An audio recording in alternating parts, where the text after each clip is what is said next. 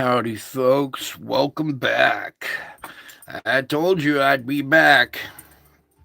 And here's the devastation caused by our storm that just walloped the country here. All right, let's back out of this and get to our solar report tonight. And here we are, January 9th, 2024, and there's your activity off of the sun today.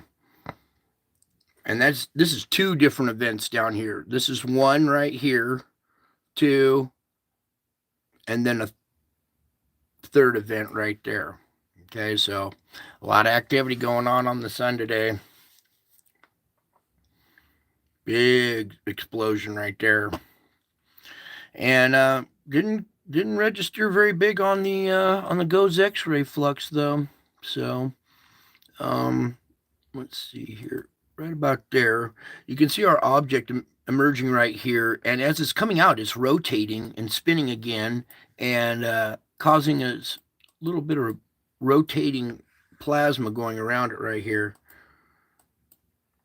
All right, right about here, as you can see, is our object out front here with plasma out in front of it right there.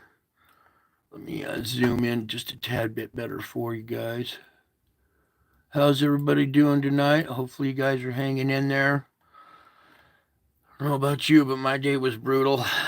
Anyways, here's your object out front here. See this plasma built up in front of it, streaking out pretty fast, streaking plasma back behind it.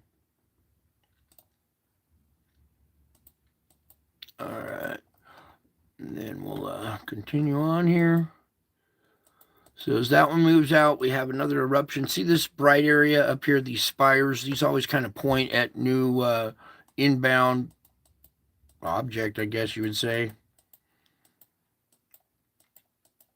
And that wasn't it. That was just a little preemptive explosion off of it, because you can see the spire still remains. Then we have the second big eruption from down here. And then over here on the red side, watch as well.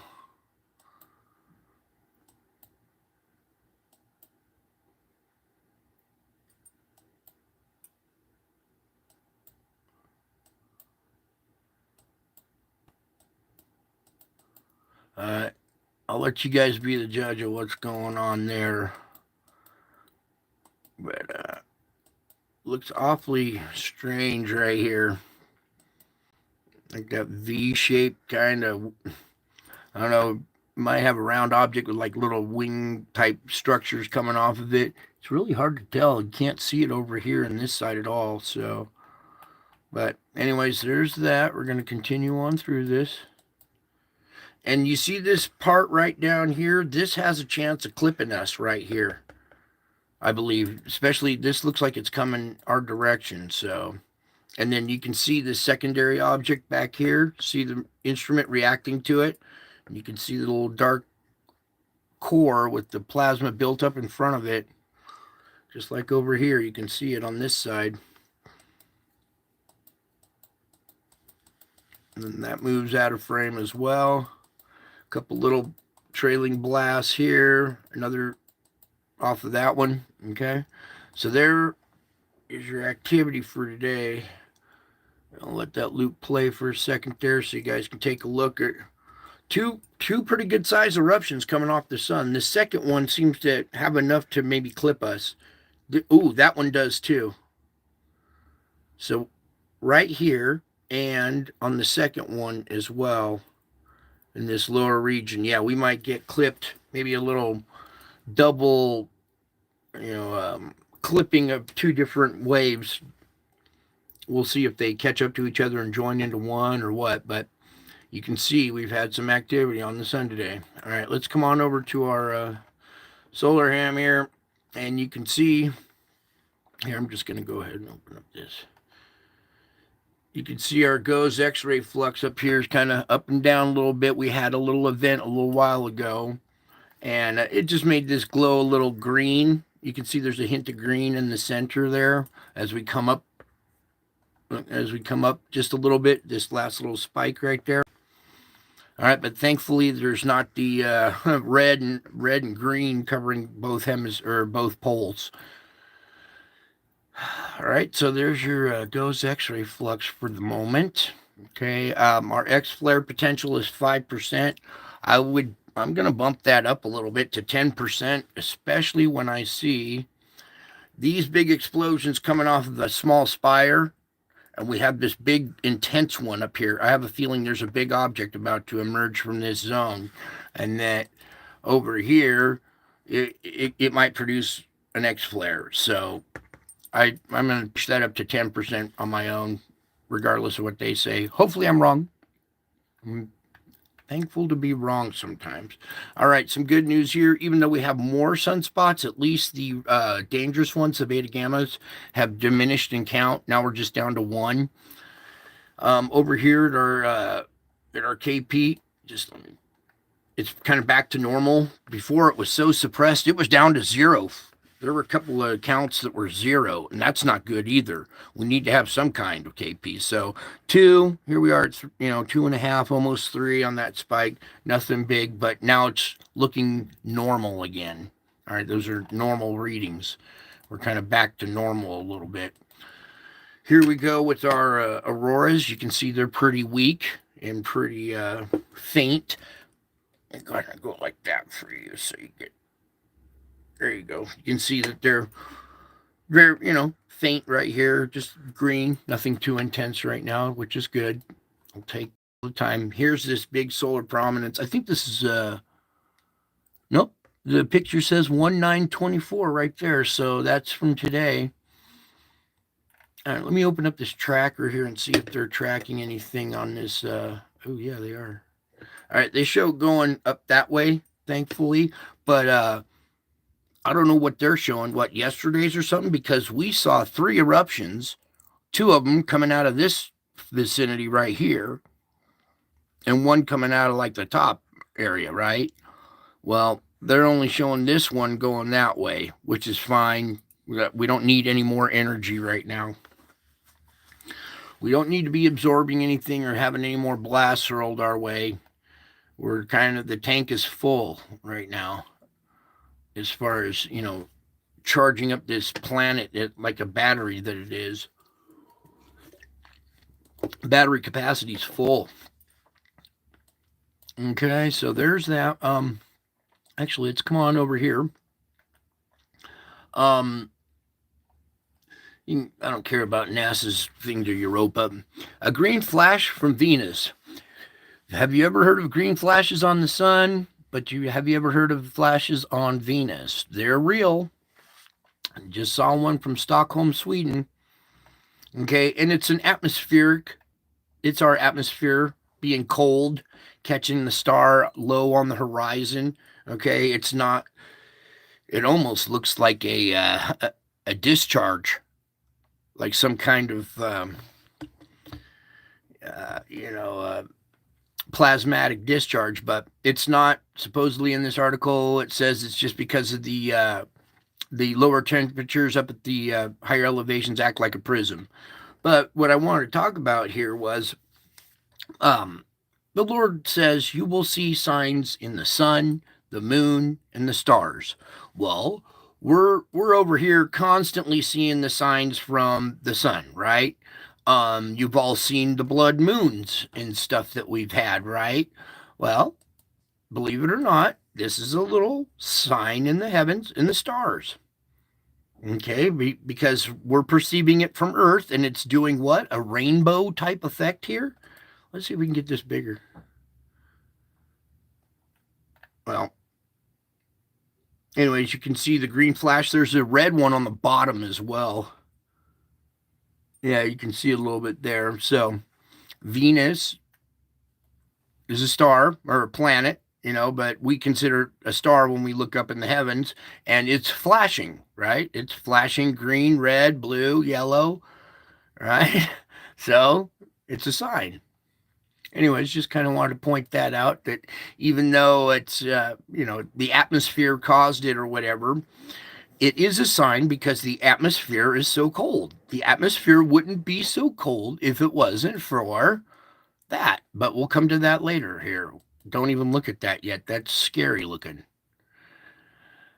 All right, so there's that. Now let's come over to the Schuman. This is scary looking as well.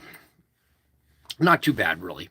Um, you can see we've been through a lot of scraping events in the last day. I forgot to do the Schuman last night. We had this section right here on the graph, and I forgot to pull it up last night. But since then, we've had all this other scraping. So now we have the full event, start to finish here, and what an event! That's it's a lot of frequencies. At very powerful. These are low frequencies at high power. Okay, they're not high frequencies. This is 0 and zero point 0.1 and 0.2 all the way up to 1, 1.5, 1, all the way up to 10. Is pretty low frequencies. Ours is the 7.83. Now you can see after this scraping event, it's the core and the shell scraping on each other, all right? That's what produces our magnetic field. We came out of it and look what happened. Do you see that little dark strip right there? We had a little weakening in our magnetic field right here, okay? And it's a result of this dynamo slowing down. When it's grinding like that, it slows down and it doesn't produce a very strong field. It makes the field react.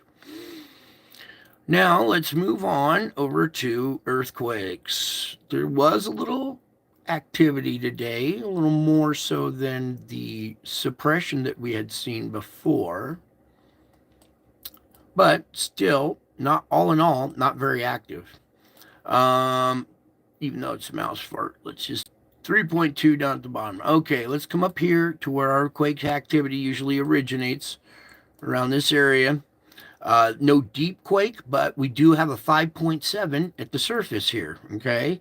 And what they say about the last 0.7, it was actually, the full magnitude up. So we had a 5.7 to maybe a 6 in this region right here at the surface. Here we have a 4.3 down at 41.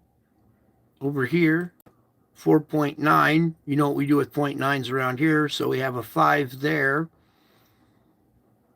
And we have 4.5 over here. That one's down at 90. It's a little deeper. Our spot up here at Japan, not much activity, but 4.5 on this plate. And on the other plate, 5.9. What do we do with 9s around here? We have a 6.0, folks. Okay, so we have a mid-range 4s, a couple of 5s. We have this one up here, which is a 6, basically. These guys, they're downgrading. Well, I'm just going to re-upgrade it, whether they like it or not. Fine. Here we go, 4.8. This is the energy coming through this zone now, all right? So we have a little bit higher mid-range 4s, almost to the 5 range. A little bit of activity up here, but coming down to the Juan de Fuca, not much here, except it's pushed inland up here a little bit. We have 2.9 up here in Ashford, Washington. A lot of tremors going on along those areas right now, too, harmonic tremors. Sutcliffe, Nevada, 2.5, just south of me, and Walker's a 3.0, and Mina with a 3.1. All right. So pretty quiet out there right now. Over here is 5.4 down at 179. And then over here in the Middle East here, we got 4.0 at Turkey and a 4.4 at a little north of Turkey there. Okay, so pretty quiet all in all out there. Understandable. We've had a different kind of event. 4.8 here on the mid-Indian Ridge, so almost that 5 energy being released around there as well. But all in all, a very quiet map, slight pickup in intensity with 5.7 here and this 5.9 to 6 right up there. But other than that, it's been kind of mellow as far as earthquakes. But over here at the volcano site, there's a different story. So here we are. Suwanosejima explosive activity continues. 5,000 feet. Luatobi, they'll give us another one on that later. Marapi, here's Popo, 18,000 feet. Okay. Santa Guido, 14,000 feet. Sabancaya. All right, let's open up today's the 9th here.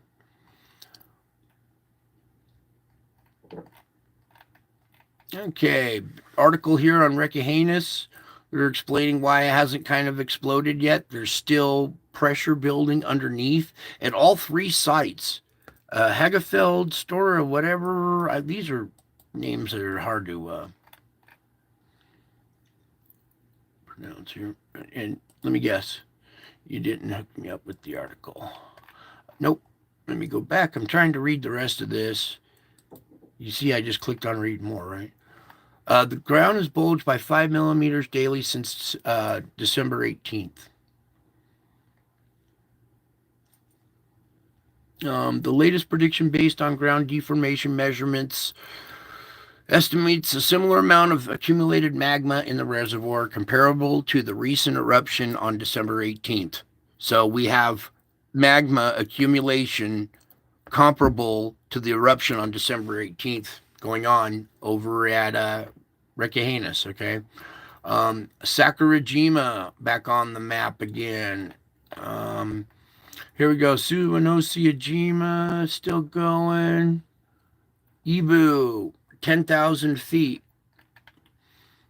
Luatobi, 14,000 feet. Marapi, a lot of articles on each one now because all their activity is increasing. Here it says the active southwestern, southeastern lava domes continue to grow as viscous magma rises into the pile and piling up there. Okay, rising magma because this pressure down below here. Semaru, Marapi. Here we go. 17,000 feet. Ducono, 10,000 feet. Popo, 18,000 feet. Santa Guido, 15,000 feet. Notice these are all above 10,000 still. Fuego, 15,000. Nevada del Ruiz, 21,000. Reventador, 14. Sabancaya, 24,000. All right, so we're having some pretty high blasts. That's indication of the pressure down beneath and coming out, we're seeing more of this pressure in the form of eruptions from volcanoes than from the earthquakes. Thankfully, this is a good way to vent that energy as well and does less damage, you know what I'm saying? Okay, so let's move on now to our topic at hand here, the reason for the title. What you're looking at is what we were kind of talking about last night. This the main polar vortex here, we had our subvortex grow in strength. Now this main vortex is weakening and splitting. You see how this is connected here now? And I'm going to go in a little tighter. All right, now this vortex is pinching off this vortex over here, right? But let's go in a little tighter and see if I can get it right here. These winds are circling back around in this area right here. Let me get it just right so you can see. All right. See how this vortex is starting to pinch off and rotate around right here?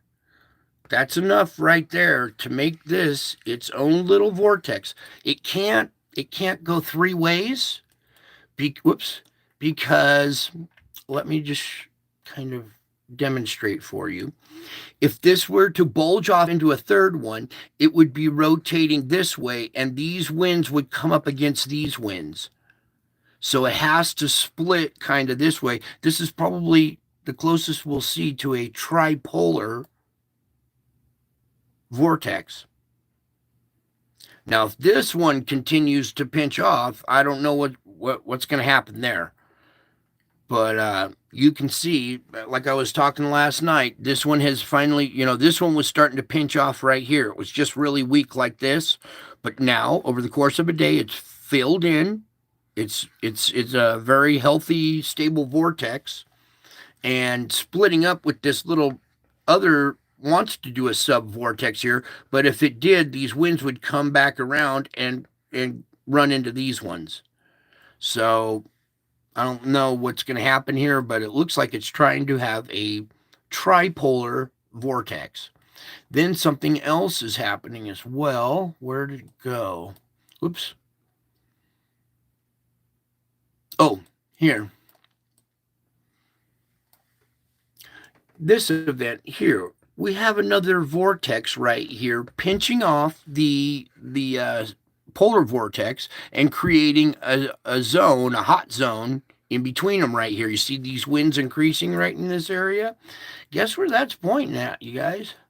Pointing right at China and Russia. So their weather is about to change drastically now because and shoving it down into this as well. Another subvortex forming off of this one.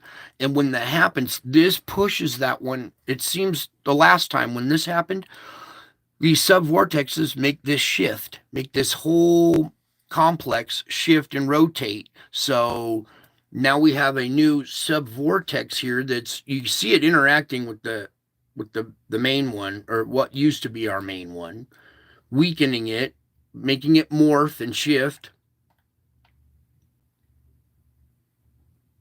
Okay, and then now this one has pinched off, and like I said, we're going to see two vortexes probably fight for dominance. I don't know what's going to happen. This one might get pinched off and disappear, or it might even become a third vortex.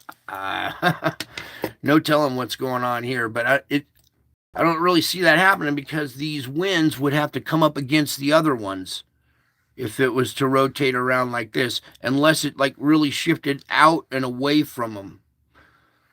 But right now you can see that this one now has become more circular and is pinched off now. We have this separation right here. That makes this a vortex, and this one, like I showed you very faintly here, is close looped right there, making it a vortex. So it has to separate somewhere because this wind can't come up against that one. So we have this little neutral zone right here separating this vortex from the bigger one, from this one.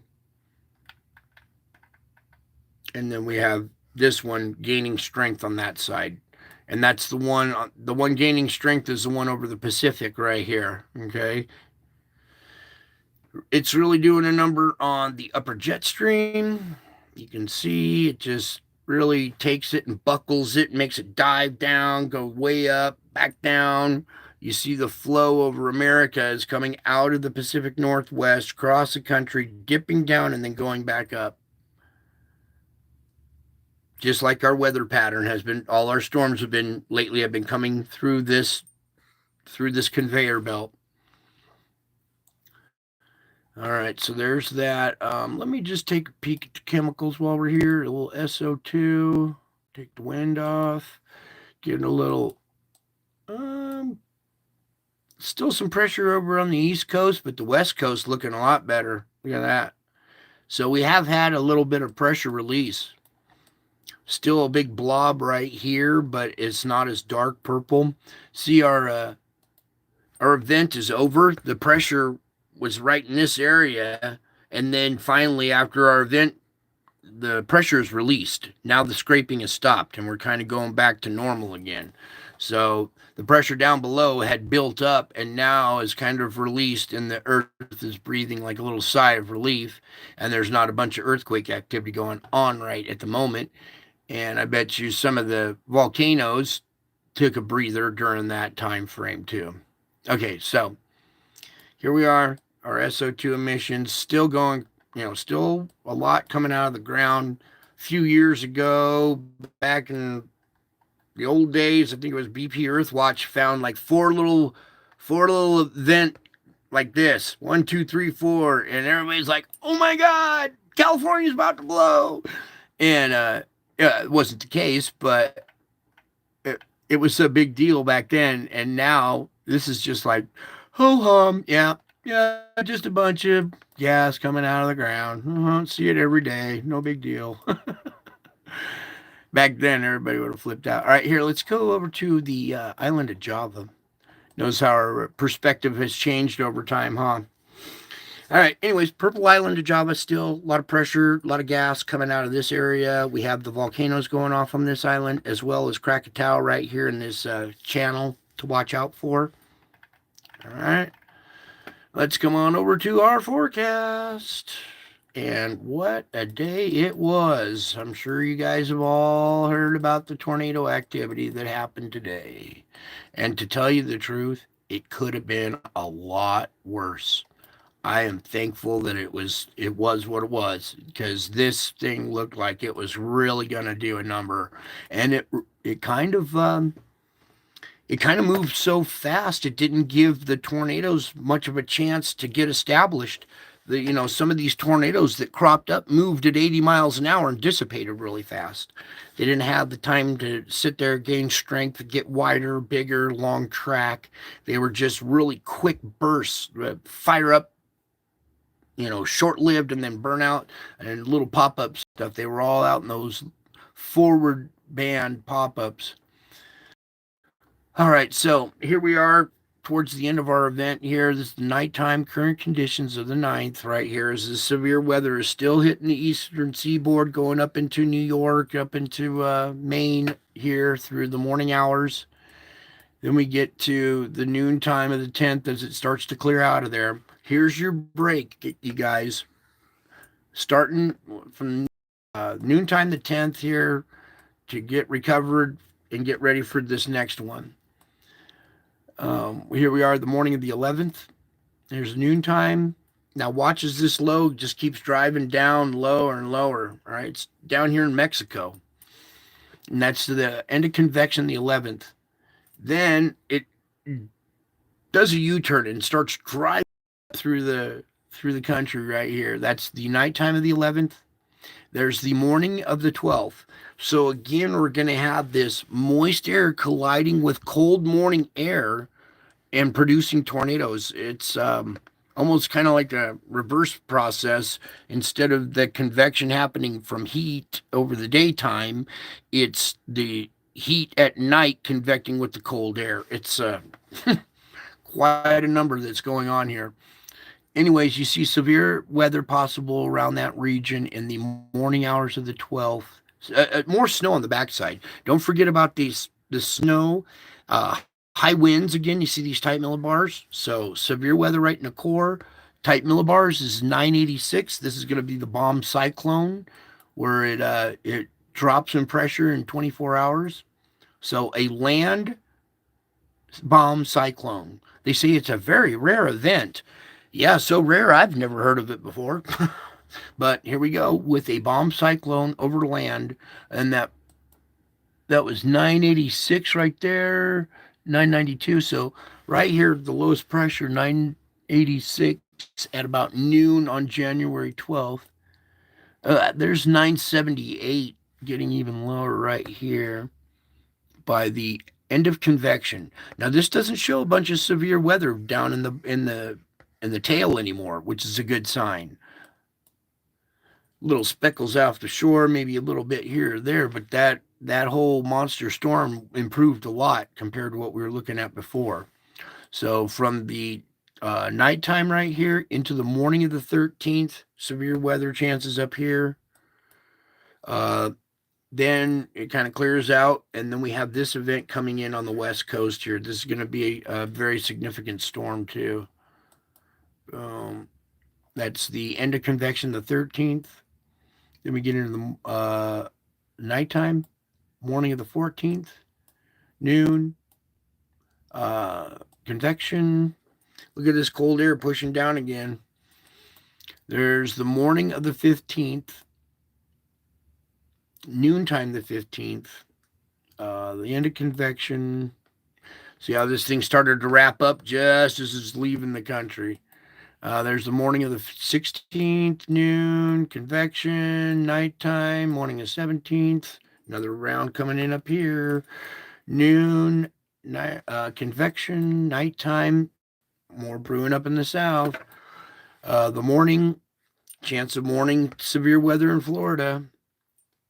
Noontime the 18th, convection, nighttime, morning of the 19th, noon, convection, nighttime, morning of the 20th, noon, convection, nighttime. So then we have this event coming together. This is the noontime of the 21st. They kiss, they make babies, have a nice event right in the middle, right there. The end of convection on the 21st. Gaining strength overnight. You see this pocket coming up off the coast again. These water spouts making landfall, possibly. That'll be the morning hours of the 22nd right there. Noontime, convection, and out of there by the night of the 22nd. 3rd, noon, convection, nighttime, morning of the 24th.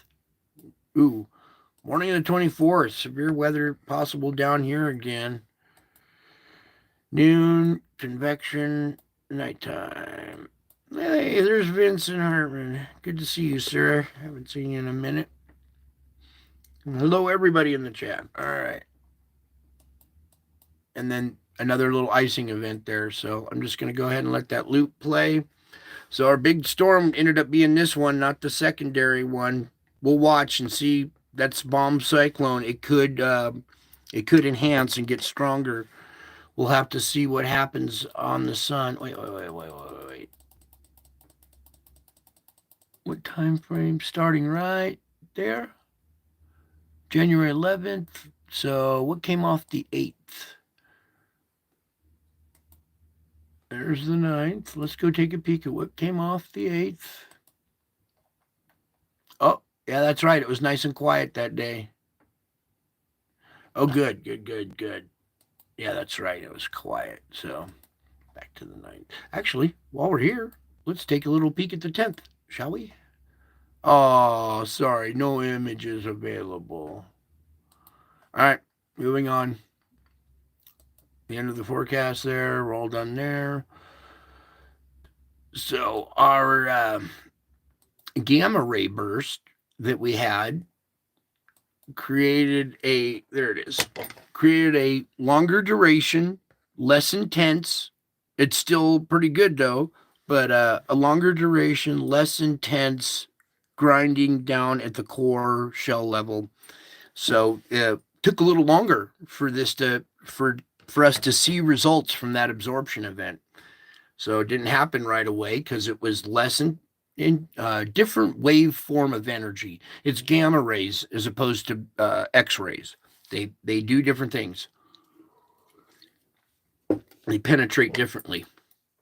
Anyways, so there's our result from our long duration gamma ray burst down at the core level right there. And we came out of the backside of it, had a little weak field for a minute, but you can see currently it's trying to regather strength and come back. Let me refresh this. Yeah, you can see it's starting to actually looks like we might be going into another event. Yeah, looks like we might be going into another small scraping event. We'll see. It shouldn't be too much more intense. This looks like it's that main blast that we had.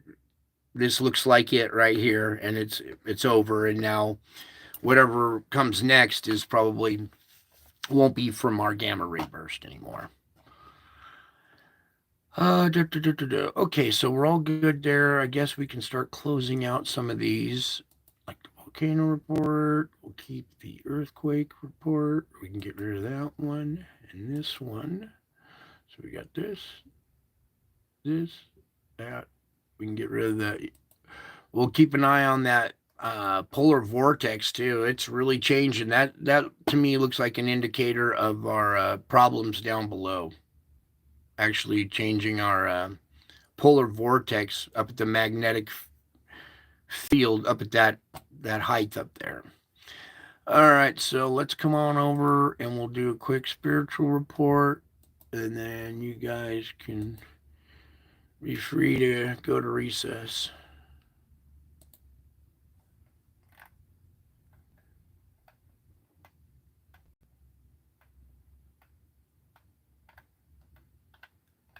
Where are we going tonight? Oh yeah, let's where?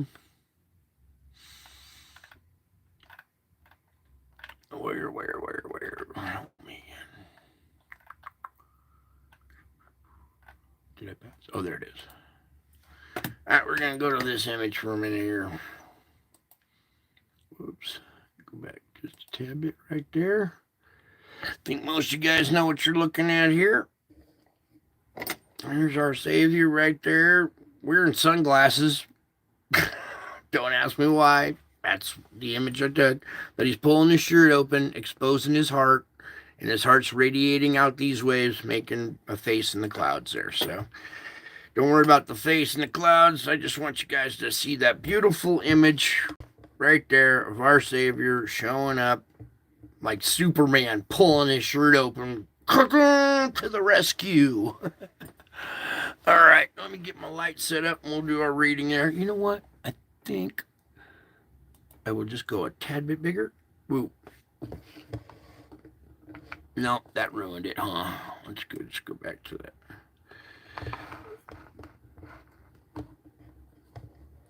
All right, good enough, I think. You guys should be able to see it pretty well. All right.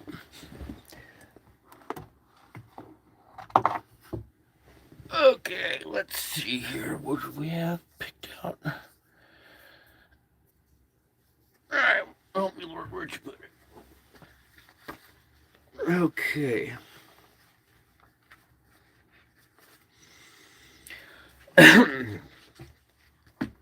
Okay. Keep your eyes on me. Waves of adversity are washing over you, and you feel tempted to give up. As your circumstances consume more and more of your attention, you are losing sight of me. Yet I am always with you, holding you by your right hand. I am fully aware of your situation, and I will not allow you to be tempted beyond what you are able to bear. Your gravest danger is worrying about tomorrow. If you try to carry tomorrow's burdens today, you will stagger under the load and eventually fall flat.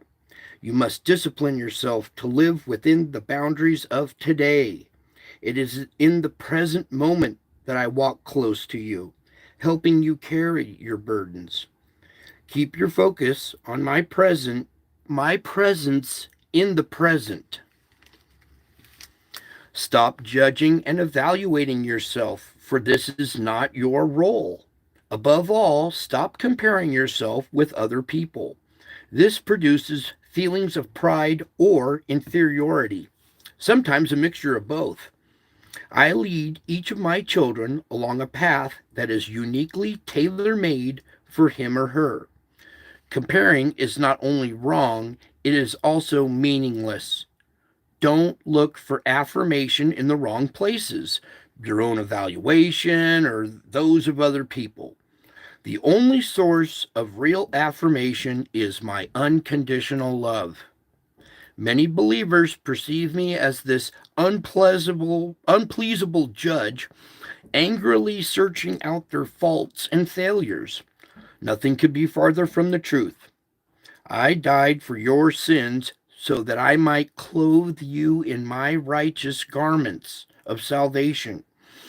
This is how I see you, radiant in my robe of righteousness. When I discipline you, it is never in anger or disgust. It is to prepare you for a face to face fellowship with me throughout all eternity. Immerse yourself in my loving presence and be receptive to my affirmation, which flows continually from the throne of grace. I came into the world as a light so that no one who believes in me should stay in darkness. I did not just bring light into the world, I myself am the light that keeps on shining in the darkness. Since I am infinite and all powerful, nothing can extinguish this illumination. When you believed in me, you became a child of light, and the brightness entered your inner being. This helps you see things from my perspective, both things in the world and things in your heart. This illumination of the contents of your heart can be very uncomfortable. However, when it leads to repentance and walking in my ways, it is the road to freedom. So rejoice in your brightened perspective. The God of this age has blinded the minds of unbelievers so that they cannot see the light of the gospel of my glory. But because you are my cherished one, you have the light of the knowledge of my glory shining in your heart. So rejoice. You are no stranger to me. Before I formed you in the womb, I knew you. My knowledge of you has continued without interruption.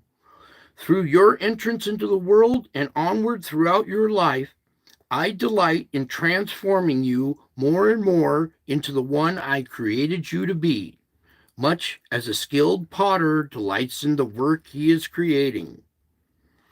One implication of my uninterrupted presence with you is that you are never alone. I am training you to be increasingly aware of me, but I understand that you are human and your attention span is limited. Sometimes when you are suffering, you may feel as if you are alone or abandoned. However, I suffered alone on the cross so that you would never have to be alone in your struggles. You are always with me. I hold you by your right hand. The last enemy you will face is death, but my crucifixion and resurrection have decimated that foe. So trust me to guide you through your life, and afterward, take you into glory. Ta-da! How about that, you guys? How about that? You guys are in good hands. The best hands around. All right, I think that's going to be it for tonight. I got a lot more to do, and if anything changes, we'll come back with a little update or anything, but I think our quake activity has mellowed out for a while. Our volcanic activity seems to be what's doing the venting, and now that the pressure has released from down below, I think some of the volcanic activity, the altitudes will come back down, and the frequency of eruptions will kind of come back down until we have the next absorption event where where it will cause that whole cycle all over again. So for now, it kind of looks like we dodged a bullet with all that gamma ray burst in the venting in the volcanoes instead of something too massive, too big of a quake or anything like that. So, anyways, I think that's it for tonight. I love you all. I miss you all. God bless you all. And until my next show, I'll be back. I'm already back.